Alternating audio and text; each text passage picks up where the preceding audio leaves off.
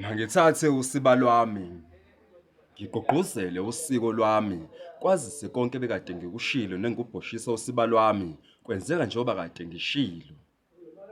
Ake ngithathe usiba lwami ngibonge ubuhle bolimi lwami, lona lungithathe phansi ngengelutho lwangibeka la. Buka namhlanje nginguzulu ngohlonishwa izizwe. Buka namhlanje ngihlonishwa izizwe nezizwekazi ngokuba ulimi lwami luyinhlonipho. Uma ngilusebenzisa ngendlela eyiqiniso, luthoba ulaka lomhlaba nolaka lwezigwili lungivulele nezindlela. Ngakho Zulu ungazingabazi ngempela mawusamula izizwe zonke ziyakuvumela ngazolinye. Buka ngoba ulimi lwasekhaya lubalulekile, luyizimpande zokuzazi kwami. Buka ngempela ngizizwa ngezinzile futhi ngingalahlekile kimi uma amagama engiwasho ngomlomo saziwa yimi kuqala, izaga nemisho kukhanda isigqi esingafi. Umlomo ishoba lokuziphungela, kudala iphunga likaMageba lasele ngiphungela lapho engihamba khona linginukela. Ubuzulu bami buyangivukela noma ikuphi, kakhulukazi mase ngicasuke kakhulu lapho ngivukela khona umoya noma ngijabula kakhulu. Isizulu sami siyaziphumela.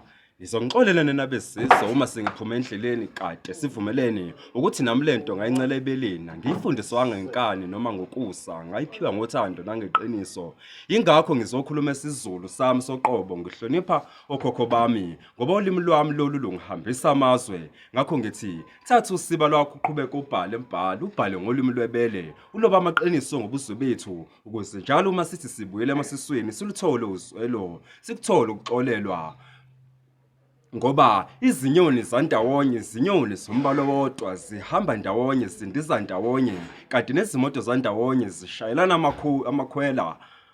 Siyimizulile yokududuza imimoya edangele ngolimi lwasekhaya, ngoba sizwana kuqala ezweni likamoya ngaphambi kokudibana ngokwenyama. Amazwi ethu aphenduka imilomo nezindlebe zokhokho bethu, siyalalelana sizwana ngisho emculweni yomhlaba. Kubanikazi bomculo kwelamantayiliya le eItaly bongivumela ukuthi ijazz imnandi ngesixhosa, iorchestra imnandi ngezaqheqhe zenkondlo yakithi kwaZulu.